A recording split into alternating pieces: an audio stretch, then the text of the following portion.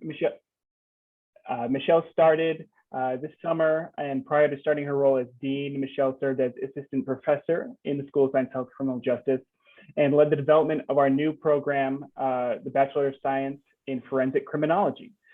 So please join me in welcoming Dr. Michelle Currier, Dean of Science, Health, Criminal Justice at SUNY Canton. Hi, Michelle. Hello, everybody. If you don't mind, would you just maybe say a few words about yourself and introduce our speaker? Sure. I am, as Geoffrey noted, I'm Dr. Michelle Currier. I've been at SUNY Canton in a variety of capacities over the years. I started out as an adjunct instructor in 2009. I then became a full-time librarian in 2010, and then I was director of library services for many years. While working on my PhD, once I was nearly complete with my PhD, I became a faculty member in the Criminal Justice Department, which has since become the Center for Criminal Justice, Intelligence, and Cybersecurity. And now, as of July 1st of this year, I am the Dean of the School of Science, Health, and Criminal Justice. And I am very pleased to be in my new role.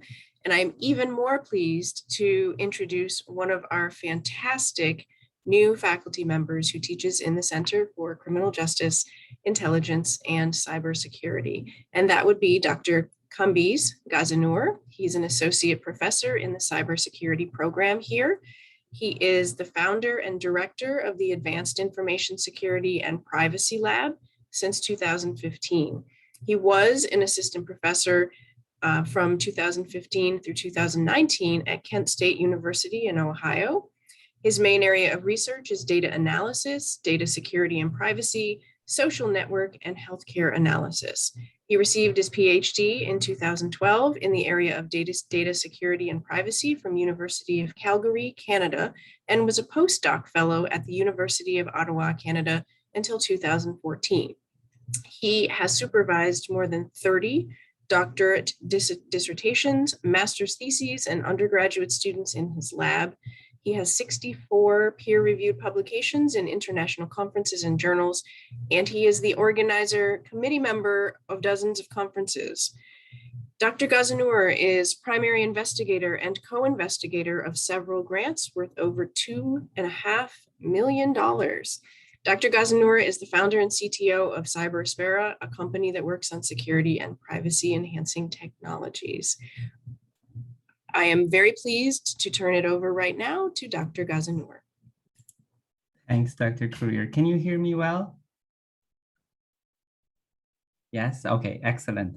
I can hear myself very well. That's a joke I heard a couple of days ago. I thought maybe I use it here. So let me click on share screen and let's hope that there's no technical difficulties here. Perfect. Okay, can everyone see the screen? Yes, is it good? Okay, one other thing I want to make sure that I'm doing it right, because there might be a video on one of these slides. I want to make sure that we get this right. So let me see how I can make sure that you guys can hear the audio as well. If you reshare this, sometimes it allows you to share the screen with the audio. Oh, there it is. It says share sound. Very good. So everything is good now. Let's hope. Excellent. So yes, good afternoon, everyone. My name is Kambiz Ghazinour, and I'm affiliated with SUNY Canton, Director of the Advanced Information Security and Privacy Lab, and also CTO and founder of Cyberspace. Without further ado, let's go ahead and talk about our today's subject, which is keeping everyone safe in cyberspace. Just a little bit background. I am actually originally a software engineer back in 1998 when I did my bachelor's, and then I moved to computer science. Sometimes we joke about it, I converted to computer science and did some high performance scientific computation, those big cloud computing and clusters of data. Anyways, so that's the idea. But it wasn't until 2008, so a little over 12 years ago, that I got interested in data security and privacy, and the rest you can basically just see that it's been focused on security and privacy, and that's my subject. So I'm going to talk about a couple of different things. One is cybersecurity at SUNY Canton. Well, as some of you might know, we have Bachelor's of Science in Cybersecurity, and we proudly offer it in 3 different ways.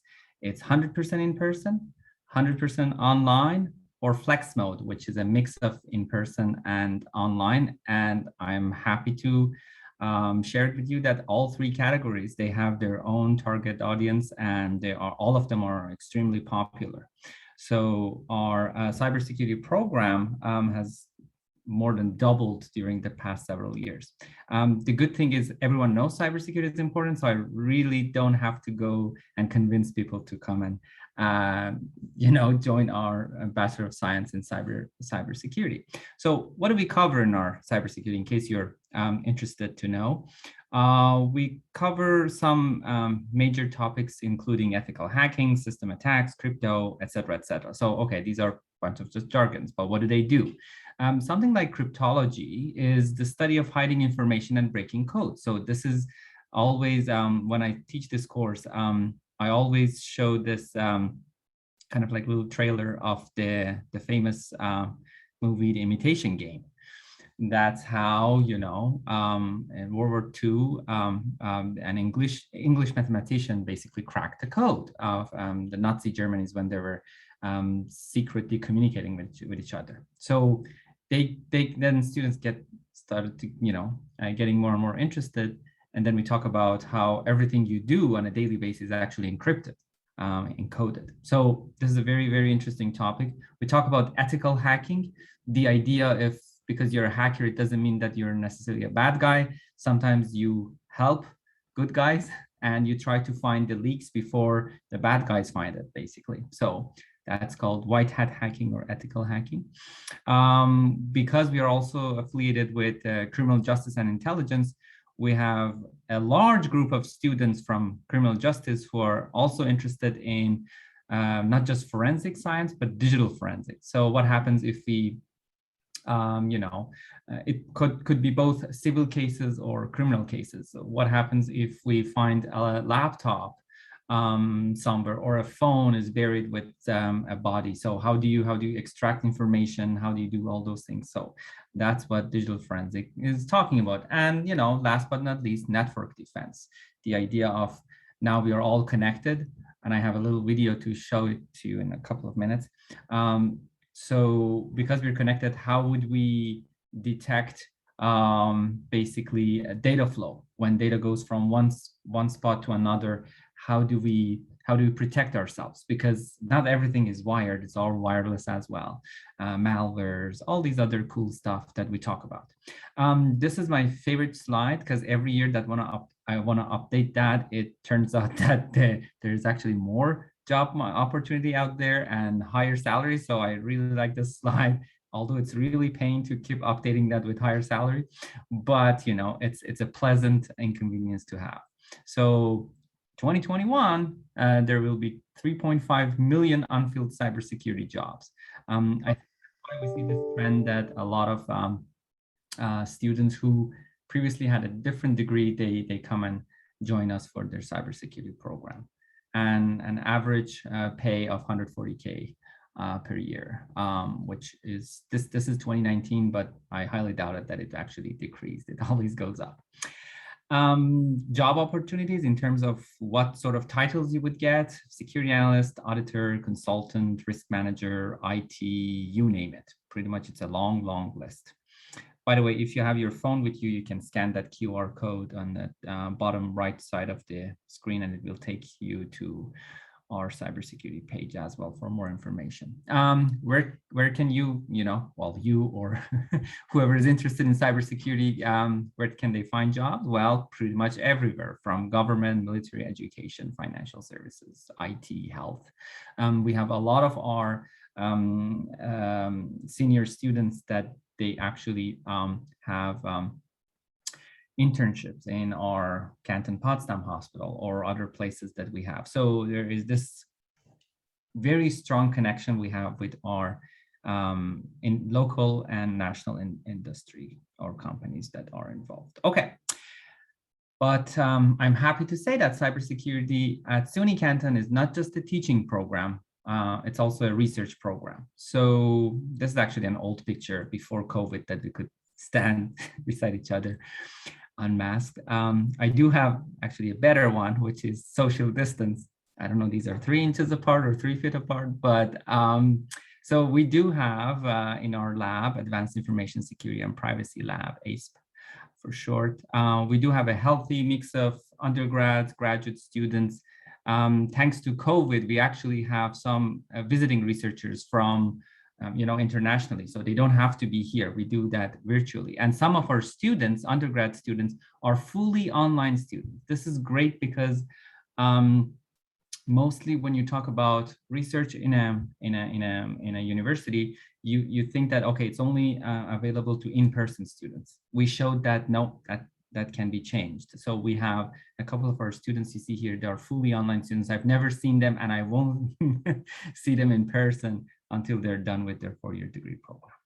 So what do we do with our research lab? Well, a lot of stuff from wearable devices like smartwatches. We deal with health information, social media, policies, access control, cognitive models, gamification, raising awareness about security and privacy, smart surveillance, you name it. So pretty much everything that security and privacy is its cornerstone, we basically focus on that.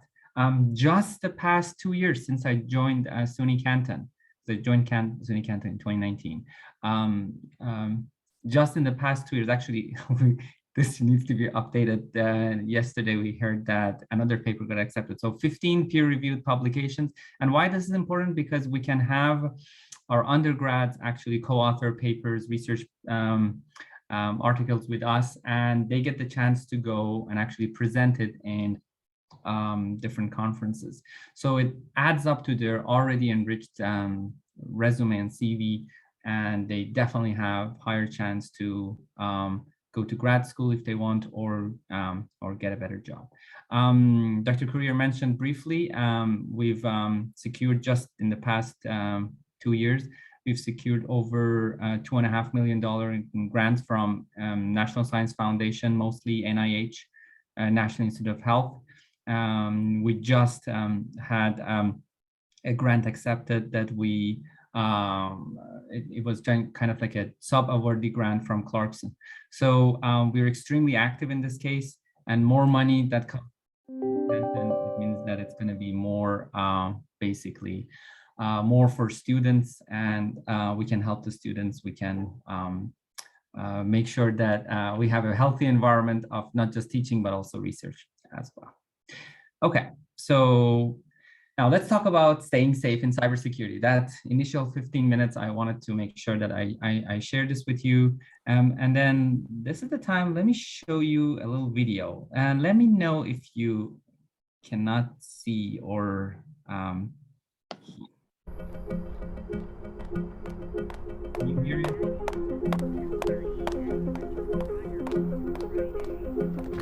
It started like any other morning. It's just another day at the office. I didn't see anything out of the ordinary.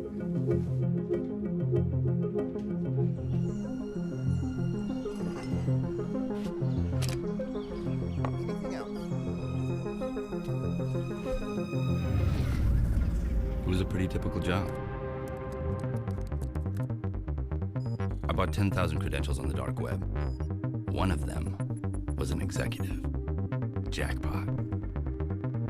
I need access to all my data, whether I'm at the airport or on site with a client. The cloud is how I do my job. I go where the money is, and these days, that means the cloud. I know my network and endpoints inside and out, but the cloud is different. I had no idea. I had no idea that anything was happening. First, I grab the data. Customer accounts, personnel records, IP. There's always a market for that kind of information. But the cloud was only the first step. From there, I spread to their endpoints, their network. Say hello to your new admin. He moved on to desktops, our laptops, our servers, even mobile phones. By the time we realized what had happened, it was too late. Eisenjacks has been rattled this week. We're talking tons of sites. Accounts have been compromised, causing investor panic. As Eisen's stock prices continue to fall.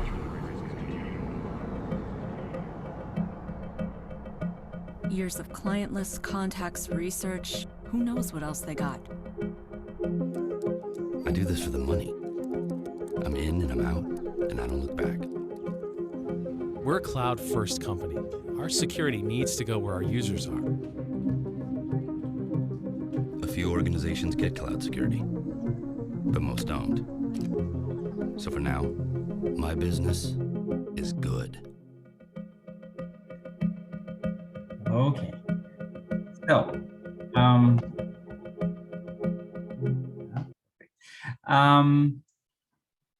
I don't know how well you could hear the audio or, how smooth the video was, but besides some visual effects and the cool dude talking about, because it's not always the case. The hacker could be a 14-year-old in a basement.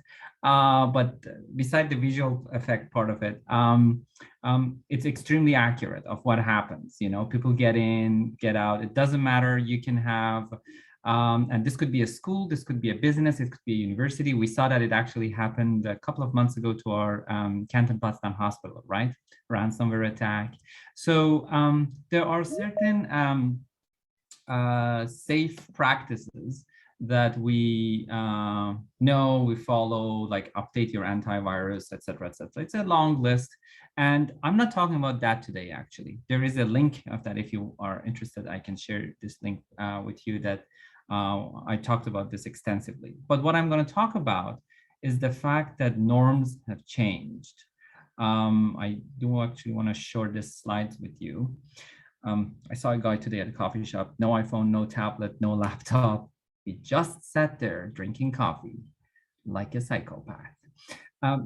Things have changed a lot, and you get hacked, or you get infected with virus. And I'm not talking about COVID. I'm talking about malwares from places that you have no clue. So everything is interconnected. And one thing that I was shocked to see was actually, and this is the subject of my talk today somehow, is actually children's online security and privacy.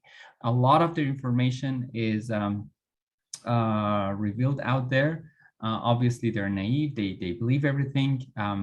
If you have your kid or you're dealing with them, and it doesn't matter, it's K through 12. It's all the same. They believe everything. So I got, and you can't really rely on parents, because some of them, they have no idea. You can't blame them. It's a different generation. And also some of their actions also compromises their children's security and privacy online without they even know it. So it's not that they intentionally do that. They just don't know. So we can't really rely on parents to do that. Then the idea was that, okay, is there any guideline out there, especially in New York State, for instance? I know in Canada we do have. We have Ontario guidelines and curriculum for digital citizenship and cyberspace. But as some of you might have heard, January of last year, New York State Education Department came up with these guidelines that I've extensively studied that actually with my group. They talk about 5 different areas that needs to be taught in K through 12 schools. Impact of computation, computational thinking, et cetera, and digital literacy, and one of them is cybersecurity. So we reached out to several schools locally and actually nationally, and tried to understand how can we keep, when we say keep everyone safe, and that was the title of this talk, we mean that, okay, is there a way we start from K through 12, and from there we can keep everyone else safe? So by the time, the same way we teach you math, we teach history, we teach physics and stuff, is there any way we can teach about digital citizenship, cybersecurity? And it turns out that there is no textbook for that. There is no curriculum. When we talk to teachers, superintendent, IT, curriculum coordinators, they all said they don't have a tool for it. And they also said, there is no curriculum. Yes, there are some guidelines, but we don't know how to teach. So I asked them, then how do you teach? They said, well, we go Google and find out cases of, for instance, phishing attacks, and we show it to our students. I asked parents, and they said, well, those who knew a little bit what they're doing, they said, oh yeah, we do the same. We go and find Google. There are some other mediums like Common Sense. It's a platform that people go and find some examples, and we just show it to the students, show it to our kids, and we ask them, hey, don't do this. And the obvious question was, when was the last time that it actually worked? Because just by saying do's and don'ts, we know that doesn't really work. So back in 2015, in my research lab, we came up with this idea that, is there a way we can create a simulation? Somehow we can motivate the students to play. Now, the initial idea was K through 12, but then later on we realized that we can easily expand this for pretty much employees of any sort of industry to play with this simulation in the simulator, and they learn organically. So they basically reach the conclusion that we want them to reach without us forcing them or telling them what to do and what not to do. Then we came up with this thing called Digital Pass. Actually, SUNY liked it so much that they helped us file a patent for it. And we said, okay, the same way that we have good guys and bad guys in social media, for instance, they post information about themselves. Why do they do that? Well, they want to be liked. That's human nature. So they put content out there. I don't know if you can see in this little graph. I tried to make sure that it's simplified. But anyway, so the idea is you as a poster, as a good guy, post some stuff out there. People read it based on how they like it. You get some sort of points. So those points are likes, shares, you name it. Okay.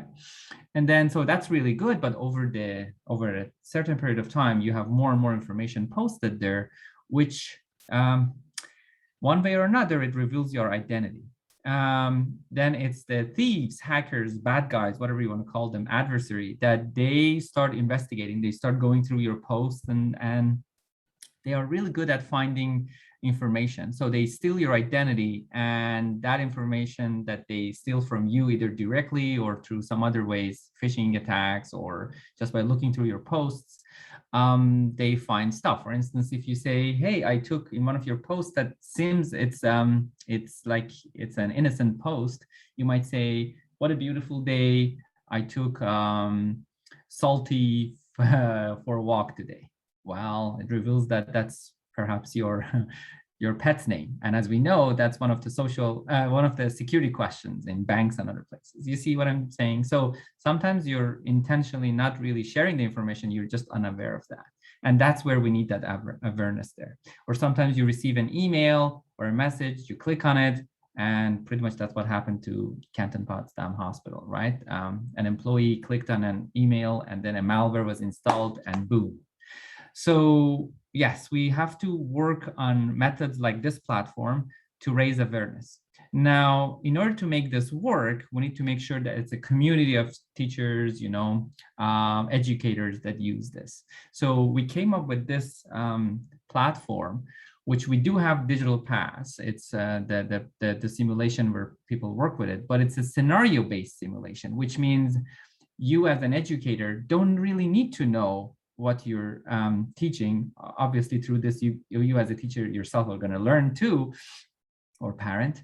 But then you load this game scenario in the simulator. For instance, today we're going to talk about phishing emails, or today we're going to talk about visibility level of the post. So visibility level of the post, by the way, that's the one that you say public, friends of friends, who can see my posts and things I share online.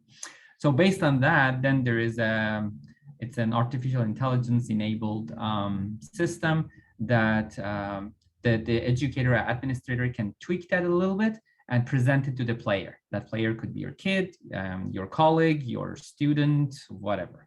And then they interact with the simulator and all the interaction is logged. Beside the fact that they organically learn, they also, everything is logged so the educator can later on do an individual basically analysis or a group analysis. So they can say, you know, this whole class, how did this whole class did against certain scenarios? When they saw an email, did they open it or not? Why they did or why they didn't open it? So based on that interaction, that can be logged. And so that extra information can also be used as a teaching tool. We've worked with a lot of my colleagues, for instance, social scientists. They say we can also test to see if peer pressure works. If you're playing in this game and then you see all your friends are posting popular stuff, which gets them more likes, right? And obviously at the end of the day, there's a higher chance for their account to get hacked. If they get hacked, they lose points. So on that leaderboard or scoreboard, they go. So it's always just this struggle between how much I share and how safe I can be to get enough points. So we can also you know, study things like peer pressure. So if someone sees everyone else is posting online, do they pressured after certain rounds to post more personal stuff online to be more liked by peers? And yeah, so these are all the stuff that are basically examined.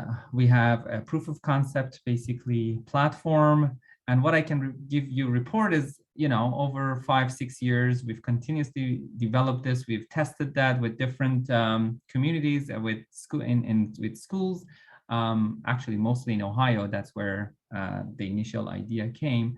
And it was fascinating to see that we did a post-game survey as well. We wanted to know how kids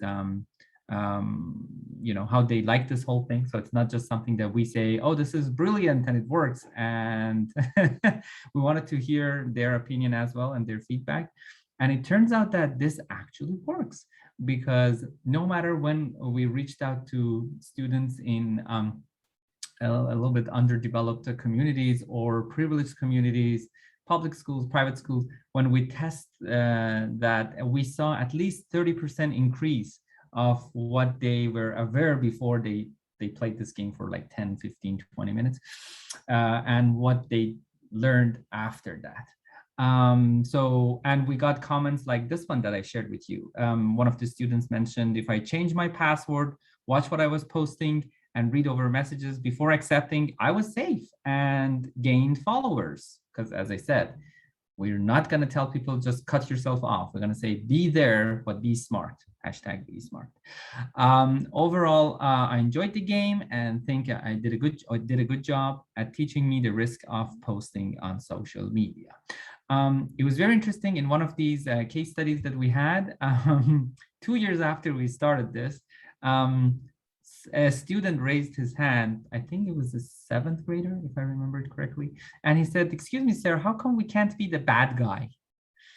And I said, that's a brilliant idea. So we actually extended the platform. Now you can pick the role of being a bad guy as well. And how do we teach them? With role reversal. So the idea is we're not really teaching them how to hack, but we're teaching them that what tools or what data, what information when can be used by bad guys, basically, and how it is basically used, right? So that's what we're doing. And it's been funded by National Science Foundation. As I mentioned, we've interviewed over 120 people, and we're continuing to do that. So if you're interested in this subject for a school, if you're involved with, or if you're a parent and you want this for your kid, or at any point, if you want to be in any capacity involved with this, please let me know and we will include you. And I think that's all I had for now. I would take questions. Thanks for listening. Okay. Thank you for the presentation. Does anybody have any questions for Professor Ghazinour?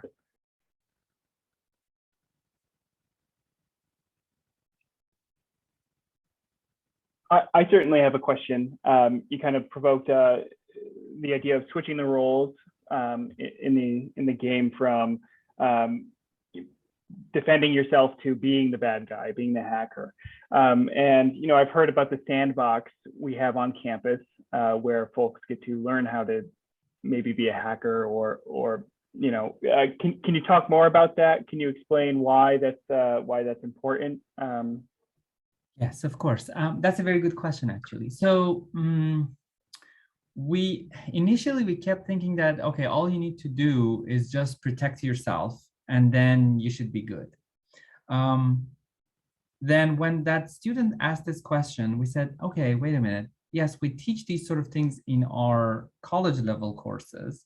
We show the ways that a hack is actually performed. Like the video that I showed with you, we go over every single step and say, hey, what are the steps that we have to take to make sure such attacks are not successful? How can we block these sort of attacks? So it seems that by studying how the attacks are done, we are well prepared and we're more prepared to know what to defend against, right? Basically, I know we've all heard that the best defense is offense, that one too, but we're not being actively offensive. We're basically trying to understand how things are done. And once as educators, we can convey that knowledge to our students, to our kids, to the next generation, then I think that awareness becomes there. So they don't click on the link because if at work someone finds out, they're gonna fire them. It's just because they truly understand that, this is gonna be really bad if it falls in someone, you know, wrong hands. Because and some of these information you can't really. Once it's done, it's done. This is what we talk about privacy. Once I know your date of birth, that's it. You can't really change that. Or something like your social security number, or as in Canada, we have social insurance number. It's the same idea. Once you have these things, you can't get rid of them. Sadly, this is even more true for kids. So we have 4-year-olds, 5-year-olds that they play with these apps or games or even their toys. They all have QR code that they can scan them and they can go, you know. So once that third party, once that company gets access to your personal information, that's pretty much it. And these days, the hackers don't want to really waste their time, go and hack some company's server. It's a lot more difficult. What they do is they do social engineering, which means they, I don't know if you've heard this term or not, but the idea is that if I can, if I'm as the bad guy, I can gain your trust and I can directly get the information from you.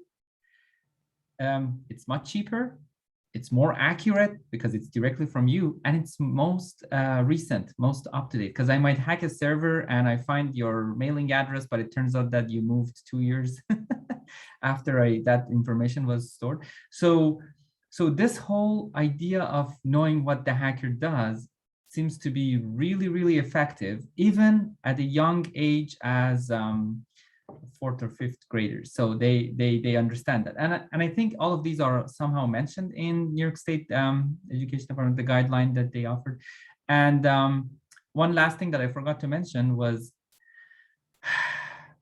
that is going to be mandated by 2024. So by 2024, all the schools have to adopt these guidelines in their curriculum. So now all of a sudden we have this huge interest from all the schools that they say, oh, you have such tools. How can we just be on board? How can we try it? And so we're lucky that it happened. We started that way before it was supposed to be, the draft was released, but we're happy that we were there on the right time and right place.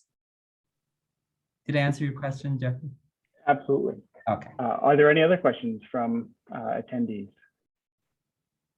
Was it clear? I leave my contact information in the chat section in case you have questions or you want to email me after. By the way, I have a weird enough last name that if you Google it, even if you misspell it, Google is gonna take you to my homepage. That's a good thing about having just a weird combination of first name and last name, that I'm the only one in 8 billion. So Ghazinour@canton.edu. There we go. Yeah, I would be more than happy to connect with you and learn from you. So thank you. Thank you. And I just got a private message here. So we talked about, and maybe this can, be a wrap-up question. We talked about New York teaching students what to do. What can we do as adults? What should we do? What are first steps? So, what can we do? You remember the chart I shared, that how much of personal information for children are actually revealed out there. What we can do, and that's actually not just my understanding, it's after we interviewed those 120, 100, actually by now it's 135, I guess, parents and teachers and superintendent and principals and IT coordinators. Basically, we all came to this conclusion that there should be a lot more, not teachings, but awareness. And we can't really expect our kids to learn if they see that continuous pattern from their parents, right? So stranger danger is very easy to say that in real world. When it comes to cyberspace, kids really trust everyone and everything they see. So one of the major problems right now is, how can we teach them that not every single person that texts you is your friend, and not every single thing you read online is actually true, right? Yes, we can get into the fact that, hey, Facebook, other platforms shouldn't really contribute to this false information propagation, but that's a completely different subject. In my opinion, we have to reach out to people that the experts. In this particular case, we, as you know, some of you might know, since last year, we started having Cyber Awareness Month. Month of October, which we are in now, it's announced by National Security Agency and DHS, Department of Homeland Security, as the Cyber Awareness Month, Cybersecurity Awareness Month. It's been like that for over a decade now. So what we do at SUNY Canton, we hold panels. If you go to canton.edu/hacking, you will see all our recordings last year, that it's open to public, because we think it's our duty to make sure we reach out to the general public and actually inform them about the dangers of cyberspace. So what parents, back to your question, what parents can do is they can come to us and we help them. We help them with tools, we help them with general knowledge, we help them empower themselves, and also be advocate for their kids at schools. If they're homeschooling, we also have tools for them. So I think it's our duty, to be honest with you, because there's always this battle between the schools and parents. Parents say it's school's job to teach and educate, and they're somehow right. And schools, they say, well, we can only control whatever kids are doing at school. The rest is at home. So, and we're kind of like in between, saying, you know what, it's everyone's jobs, and it's our responsibility to make sure we raise awareness and we help everyone. So hopefully that was a good closing remark for what we have. Yes, thank you so much. And okay. If there are no more questions, I thank you all for joining us today. I thank you, Kambiz, for the wonderful lecture. Talk about as salient a topic as we can have now. Cybersecurity is something that pops up the news and conversation all the time. We've all gotten the emails from the Nigerian prince, and then we've all gotten the emails that are kind of convincingly almost real.